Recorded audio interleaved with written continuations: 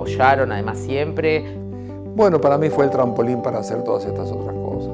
Que me ha permitido desarrollar los temas que a mí me interesaban. Y encontré que era mi verdadera vocación. Una vocación que la intervención no pudo quebrar. Es un lugar que yo tengo mucho cariño y mucho respeto. Que en términos educativos y profesionales es lo más importante de mi vida.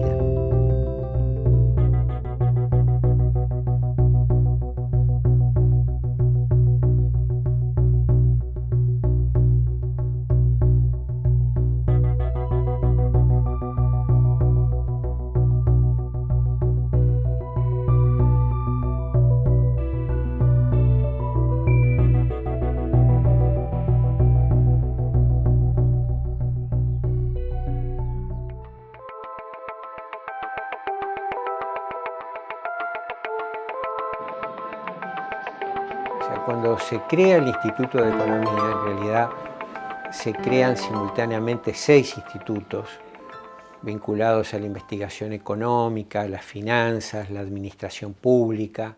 La idea fue crear cargos de investigación separados de los cargos docentes, de modo de asegurar recursos para la investigación. Los institutos, viste, que se crean en la década de 40, ¿no? O sea, unos 10, 12 años después de la creación de la facultad. Y era un puñadito de gente trabajando, ¿no? Israel Bonseven, Enrique Iglesias, el profesor Faropa, Luis Faropa, la figura legendaria, ¿no? de la ciencia económica de este país. Se ha recordado muchas veces, ¿no? Cuando en plena crisis, segundo lustro de la década del 50, cuando el gobierno, el colegiado colorado de la época, convoca, después de la renuncia del ministro Malet, convoca al profesor Faropa para que sea ministro de Economía. Hay negociaciones, hay conversaciones, no se ponen de acuerdo en qué hacer con la crisis, ¿no? Faropa dice, está bien, pero impuesto a la renta y creación del Banco Central, y ahí se terminan las conversaciones. Pero eso ya te indica que el Instituto de Economía tenía una presencia pública. Van a buscar a Faropa, nada más ni nada menos. La situación cambiaria fue dominante en todos los años 50. En el año 56, el Instituto de Economía, con Faropa a la cabeza, proponemos un sistema donde empieza a generar un principio de flexibilización del tipo de cambio.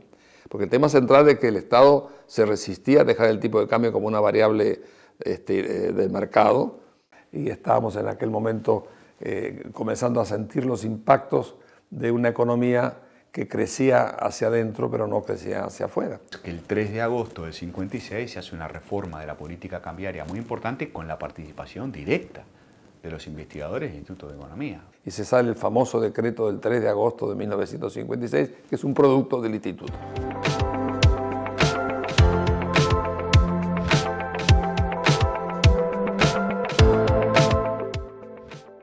En la época de la dirección de Faropa, es la época que se crea la Comisión Económica para América Latina. Cuando nacen las Naciones Unidas había que hacer un gran esfuerzo de reconstrucción de Asia y de Europa, continentes afectados por la guerra.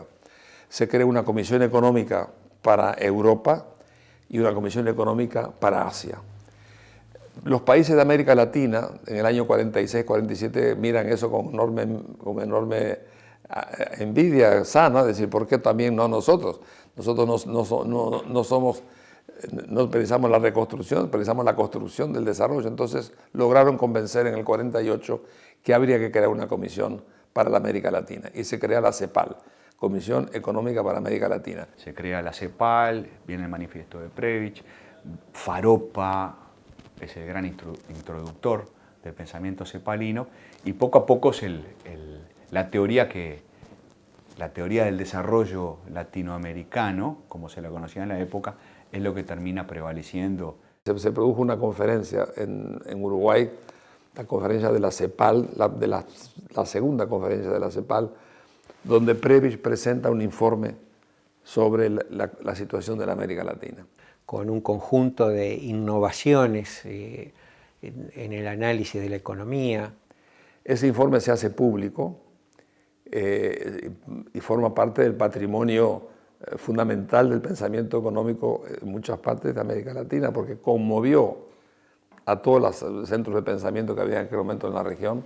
Entonces, ese grupo de investigadores que dirigía Faropa estaba predominantemente afín con esa corriente de pensamiento que surgía de la CEPAL. El Instituto de Economía de la Universidad de Chile organizó un seminario.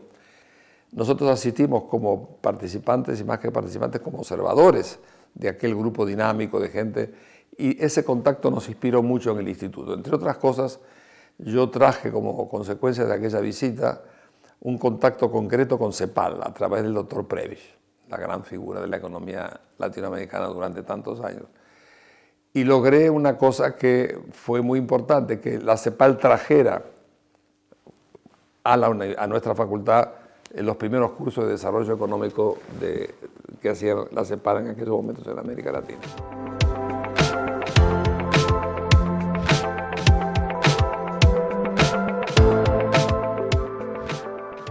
El año 1961 fue particularmente intenso en acciones destinadas a limitar la influencia de la Revolución cubana y debilitar los proyectos nacionalistas en el continente. La Alianza para el Progreso, primer plan estratégico con pretensiones de liderazgo continental implementado por los Estados Unidos, fue lanzada por el presidente John Kennedy en el momento en que Cuba se declaró socialista y América Latina inició un ciclo de luchas de liberación nacional. Sale una propuesta de Alianza para el Progreso y dice que los países tienen que hacer planes de desarrollo y nos invita a que si hacemos un plan de desarrollo, haces un plan, haces proyecto y te lo financiamos. ¿Quién te lo financia? Banco Mundial, Banco Interamericano y la cooperación de Estados Unidos. Ese es el esquema. Y ahí nace la CIDE. La CIDE que había estado creado por Assini, cuando aprueba la reforma monetaria, Assini también dice hay que hacer algo en materia de desarrollo, que era una comisión que no se movía. Entonces me llama a mí y me dice, al Instituto de Economía, yo te pido que te incorpores. Yo dije, yo voy, pero si voy como universidad, si no, no voy. Y pasé en comisión de la universidad a hacerme cargo de la Comisión de Inversiones y Desarrollo Económico que hizo el primer plan de desarrollo. Generar información, hacer un plan nacional de desarrollo, era una aventura impresionante, ¿no? Y entonces generó en alguna gente mucho entusiasmo. El primero de ellos, desde luego, Enrique Iglesias, ¿no? El primer gran análisis de la economía nacional, pero sobre todo el primer gran esfuerzo de generar estadísticas en el país. Piensen que ustedes y nosotros no teníamos ni censo de población, ni teníamos cuentas nacionales, información general sobre las variables económicas inexistentes. Nosotros teníamos buenas estadísticas monetarias y cambiarias, pero todo lo demás no existía, lo cual hacía muy difícil tomar decisiones e inspirar políticas, ¿no? Son los primeros pasos de la formación de la ciencia económica uruguaya, de la ciencia económica moderna, y son los primeros pasos también de internacionalización de esa naciente ciencia económica.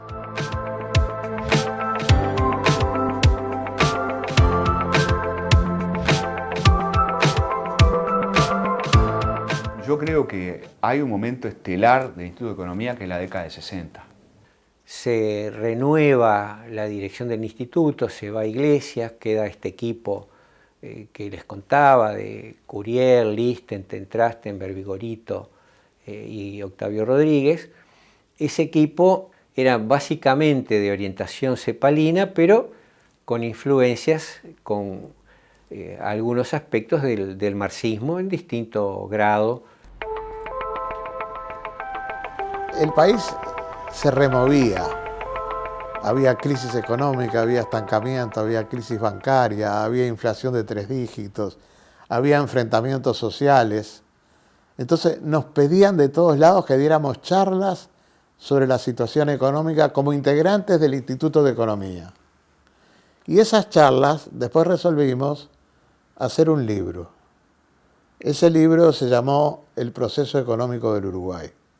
Y llegamos a la conclusión que la inflación en ese momento era fruto de una puja distributiva entre los ganaderos y los sindicatos organizados urbanos. Los antecedentes fundamentales para escribir ese libro eran los trabajos sobre la dependencia, sobre todo Cardoso y Faleto, que habían escrito sobre dependencia, el libro del Fondo Monetario que hicimos con Liechtenstein y sobre todo los trabajos de la CIDE. Así como en los 50 el Instituto de Economía se vinculaba con el gobierno y aportaba las ideas para el decreto de política cambiaria, así el proceso económico del Uruguay le daba, sobre todo a la izquierda uruguaya, elementos para comprender la realidad y para generar las transformaciones necesarias que el proceso uruguayo requería. El 27 de junio de 1973, el entonces presidente Juan María Bordaberry, con el apoyo de las Fuerzas Armadas, disolvió las cámaras de senadores y representantes y creó un Consejo de Estado con funciones legislativas, de control administrativo, con encargo de proyectar una reforma constitucional que reafirme los principios republicanos democráticos. En la misma madrugada del 27 de junio se gestó el golpe de Estado. Fue entonces que la Convención Nacional de Trabajadores y la Universidad de la República comenzaron una huelga en resistencia al sublevamiento, la más larga en la historia del país, que duró 15 días. El 31 de diciembre del 73 nos echaron y la mayoría de estos nombres que yo te digo, salvo casos muy especiales, como el caso de Macadar y Celia Barbato, que después formaron el CIMBE, nos fuimos todos al exterior. En el periodo previo a la dictadura, la motivación para elegir los temas de investigación eran las luchas sociales con las cuales los investigadores estaban profundamente comprometidos. Eso lo sabían los militares, lo sabía la intervención, por eso se cerró el instituto. Digamos, un poco la idea de que no había de 30 había uno solo que era rescatable, ¿no? Todos los demás, cuanto más lejos, mejor. Y en Brasil hablé con Fernando Henrique Cardoso en San Pablo, que dirigía el CEBRAP, un instituto privado, y hablé con Jaguaribe en Río de Janeiro, para que me dieran elementos de cómo armar una institución privada, sin fines de lucro, para seguir haciendo publicaciones e investigaciones. Quiero recordar a Rosa Silveira, que era ayudante grado 1 del equipo de coyuntura, estuvo presa en el Uruguay y después se fue a la Argentina y es uno de los desaparecidos que están en esa lista de 130 que reivindican los familiares, y es la única investigadora del instituto desaparecida, por eso creo que vale la pena recordarla.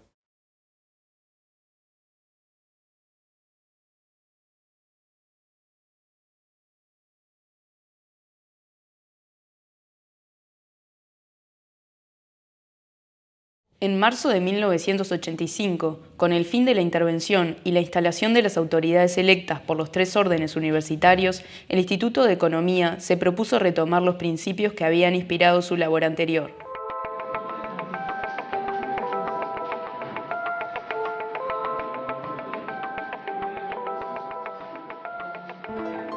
Siempre se discutió mucho si tenían sentido las áreas o los proyectos.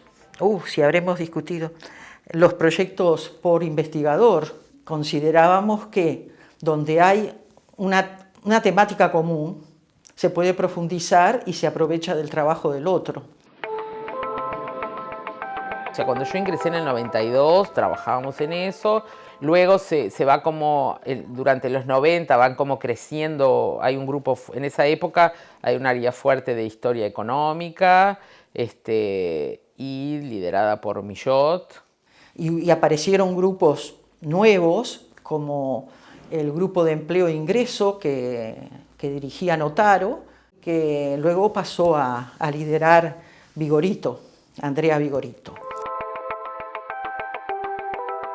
Bueno, los estudios pioneros de desigualdad y pobreza en Uruguay vienen desde los 50, con los trabajos de Juan Pablo Terra, Clae, bueno, otras cosas.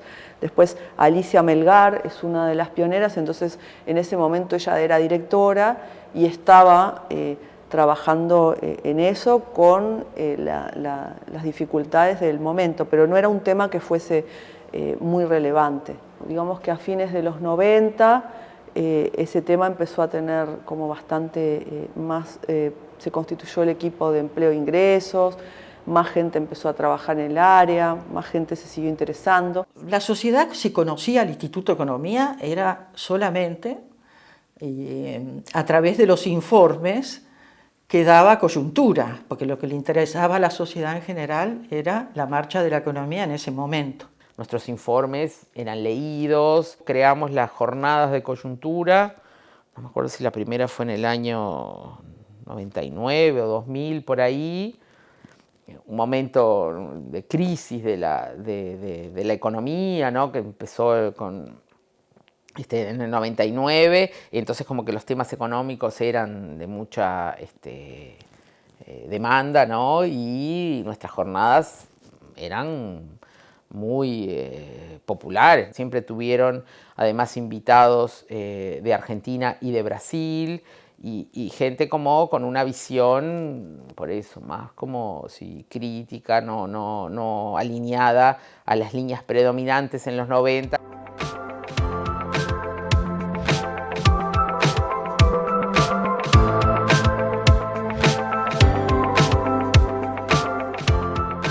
La cuestión de los enfoques económicos en los 90, yo creo que fue un tema importante, capaz que interesante a nivel del país.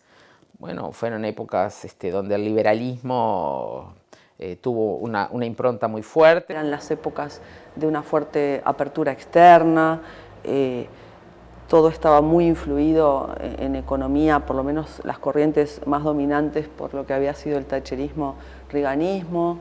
Entonces empezaban a aparecer ciertas visiones distintas. Nadie se decía neoliberal, por supuesto,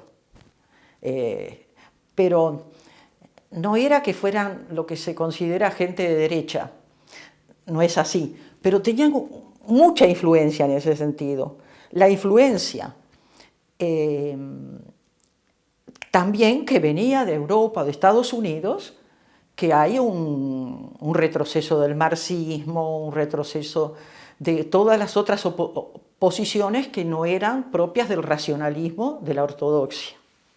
Dentro del instituto siempre primaron en general los enfoques, el enfoque estructuralista, digamos, liderado por la CEPAL, sobre todo derivado de las ideas de Octavio Rodríguez, que bueno, ahí era el referente. Era como, digamos, como una cierta visión un poco más heterodoxa de lo que había de todo, ¿no? Pero yo que sé, estaba Octavio Rodríguez, estaba Nicolás Rey, estaba Fernando Antía, bueno, Gabriela, después la gente de Historia Económica, Julio Millot, Magdalena Bertino, que tenían como visiones que no cuadraban tanto con lo que era como el pensamiento predominante de los 90, pero estaba todo como en un estado como que no se podía erigir en una visión como más alternativa. Todo cambia en la crisis del 2002, ahí como que yo creo que hay un cambio en los paradigmas. Donde se vio que la receta no funcionaba, y entonces hubo muchos cambios, y al mismo tiempo también fue cambiando el instituto.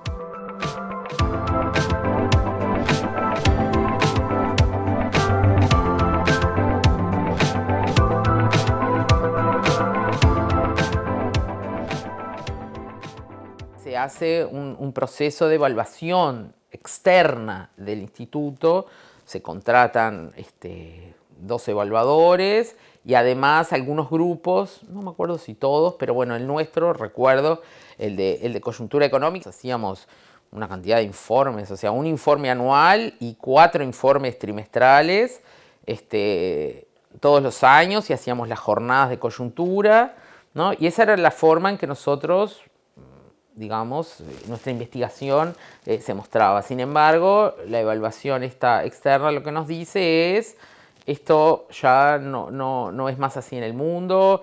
La forma como se evalúan los antecedentes, los méritos para hacer una carrera académica, tanto en los concursos de la facultad, en la Comisión de Dedicación Total o el Sistema Nacional de Investigadores, los criterios le dan una gran trascendencia a la publicación de artículos en revistas arbitradas y consideran que las mejores revistas son las del hemisferio norte.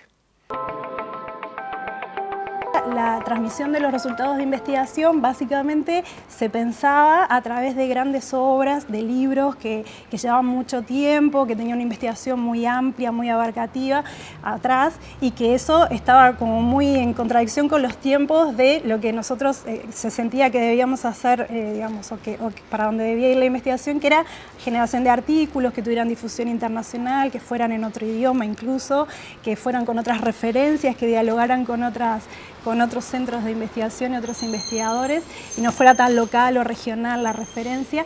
Fue costoso porque tuvimos que aprender solos a mirar esto, a qué revista publicar, cómo acceder, cómo escribir. Lo consideramos un científico, pero tiene que publicar más en revistas arbitradas. Yo nunca me había preocupado porque yo me dirigía a otro público, yo trabajaba para los luchadores sindicales y sociales. Bueno, tuve que cumplir esa recomendación y empecé a publicar en revistas arbitradas, tratando de ser lo que Maristela Svampa, una investigadora, una cientista social argentina, llama: tenemos que ser investigadores anfibios, o sea, cumplir con los requisitos de la academia, estos requisitos que desde mi punto de vista son colonizados, y hacernos un tiempo para cumplir también con un compromiso social y con las causas de las luchas populares.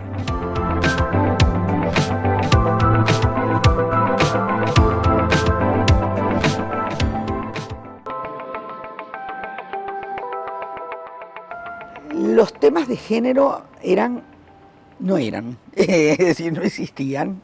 Por supuesto, no existía el instituto, no existían en la facultad y no existían en la mayor parte de la universidad. Fui ayudante como de varias mujeres investigadoras que veía que se llevaban que desarrollaban su trabajo adelante. Estaba también en economía Celia Barbato, más joven Marisa Bukeli y otras, pero era como algo especial, ¿no? O sea, no es que ser mujer investigadora, o sea, había como referentes que una pensaba que estaban ahí y todo lo que el trabajo que les costaba estar en una ciencia que es muy de varones. La macro es una materia bastante masculina en general, y imponerse ahí como con una voz femenina no noté como dificultad. Creo que en general siempre se aceptó, uno se veía un poco como sola, ¿no? En ese mundo mucho más masculino, pero nunca me sentí discriminada. No sé si se escucha igual a varones o a mujeres. Yo era feminista en la calle y una economista común y corriente en la oficina, en el instituto. Que las mujeres también pudimos entrar bastante y tener como roles capaz de conducción, etcétera, en la investigación en un periodo en que los salarios universitarios estaban muy bajos. Entonces ahí muchos varones no se pudieron dedicar profesionalmente a la investigación. Cuando esto empieza a cambiar a partir de 2006, 2007, 2008, que empieza a haber más posibilidad de ascenso de grado, de dedicación más alta y de salarios mejores, esto se vuelve más competitivo y ahí se empieza a emparejar la cantidad de hombres y mujeres que hay en el instituto. Recurríamos, bueno, a gente del exterior, a las españolas, a las vascas, a las peruanas en América Latina, alguna cubana que andaba en la vuelta, para poder entender y pensar la economía desde el feminismo y el feminismo desde la economía. En todo el proceso de transición y de cambio, tanto como coordinadoras de equipo, como en la dirección de Alma Espino, después de Andrea Vigorito, y en la propia dirección de los equipos de investigación, siempre hubo mujeres, y me parece que es un rasgo muy particular para la disciplina en general de la economía y para centros de investigación en Uruguay. Aquí siempre fue muy fuerte la presencia femenina, y me parece que los temas que se tratan en el instituto desde siempre, la historia económica, el desarrollo económico, la desigualdad, la pobreza, el empleo, es una agenda muy particular que tiene un perfil que también me parece que tiene que habría que estudiarlo, digamos, se está haciendo, pero me parece que tiene un sesgo también ahí de género importante.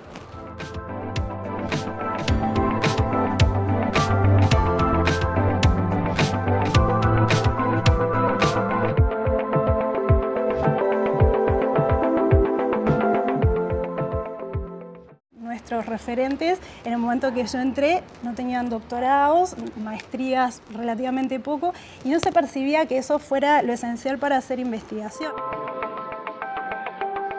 Toda esta historia de cambios y de lograr ir como buscar la excelencia académica e intentar transformar. Y ahí empezamos a pensar en la idea de irnos. Nos llegó un tiempo, en aquel momento era bien distinto también. Ahora hay mucho más conducción y guía, digamos, incluso del proceso de maestría y de otros lados. Yo creo que hay un potencial muy grande. Lo único que sí, cada vez más exige la continuidad en el estudio. Todo el que entra al instituto sabe que para tratar de hacer una carrera tiene que tener la formación de doctorado, que eso es ineludible, y la propia institución genera los incentivos y estímulos para que eso suceda, y eso fue un cambio súper fuerte. Por suerte, no sé, en el instituto tenemos un grupo de jóvenes muy capaces y con ganas de seguir adelante, que enfrentan todas las dificultades y ahí van a conquistar el mundo. Algunos quedan por ahí unos años, esperemos que la mayoría vuelva, nosotros tratamos de apoyarlos. Me parece que oxigena también el hecho de que la gente salga un tiempo y volverá con nuevas ideas, con un poco viendo cómo se hacen en otros lados las cosas.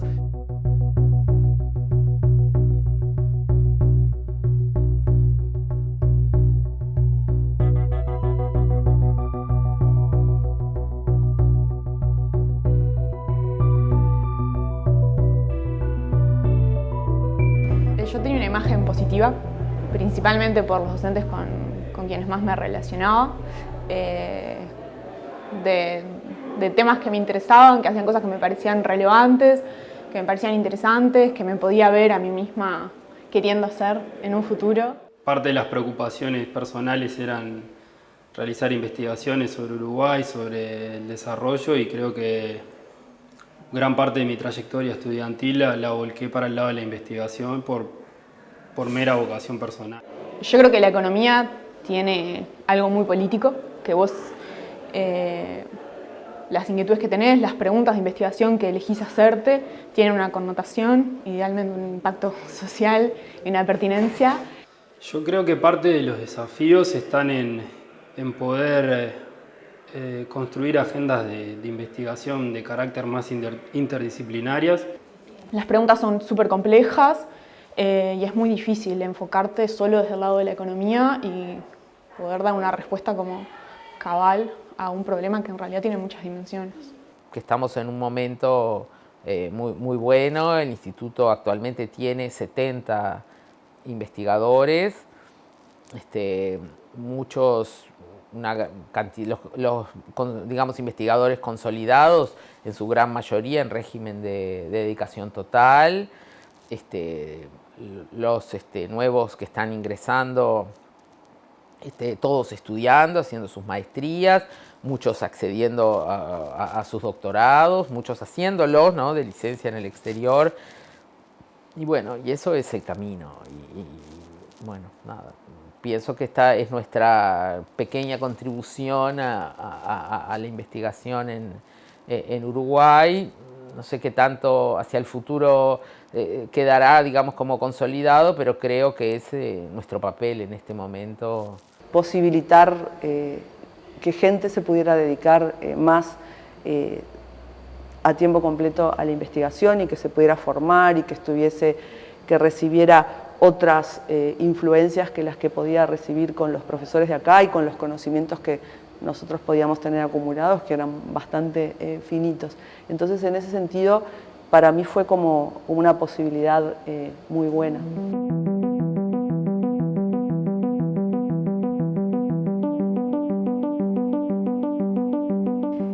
Y significó muchísimo porque,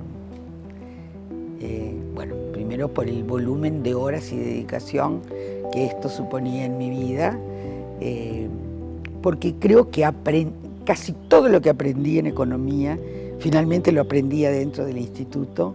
Aspiré a un cargo grado 1 interino por unos meses porque tenía vocación por la investigación, una vocación que la intervención no pudo quebrar.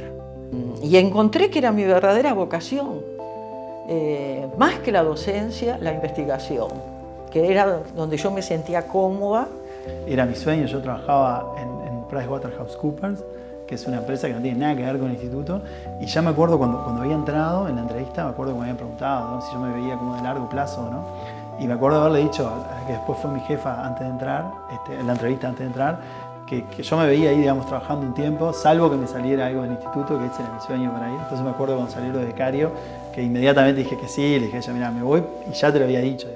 Dudé mucho si seguir estudiando economía, todas esas corrientes de los 90 la verdad es que me generaban bastante rechazo y poder encontrar un lugar donde trabajar en los temas que a mí me empezaron a interesar de desigualdad y eso fue como bien importante. Es un lugar que yo tengo mucho cariño y mucho respeto porque me parece que es un lugar donde que ha sido referente y que me parece que tenemos como un compromiso muy grande por cuidar ese rol que ha tenido socialmente el instituto de tanto prestigio. Para mí, la cátedra, el instituto, la CIDE marcaron mi vida, no solamente en cuanto a las cosas concretas que pude hacer en esas 3 posiciones, sino marcaron mi vida en cuanto a opción de vida y concentración en la cosa económica. Prácticamente toda mi vida laboral trabajé acá en el instituto y di clases en la facultad, digamos, esa fue mi inserción. Entonces, bueno, como decía, estoy muy agradecida a lo que la universidad me brindó y me permitió. Siempre por un motivo o por otro, este lugar lo he sentido como mi casa y tiene esa cosa muy satisfactoria de verlo mejorar día a día, digamos, que es súper linda, digamos. Ha sido el lugar donde he aprendido la profesión que tengo, entonces es como muy cercano. Fue un periodo muy, muy importante en mi vida. Ha sido, sí, probablemente, yo diría que en términos educativos y profesionales lo más importante de mi vida.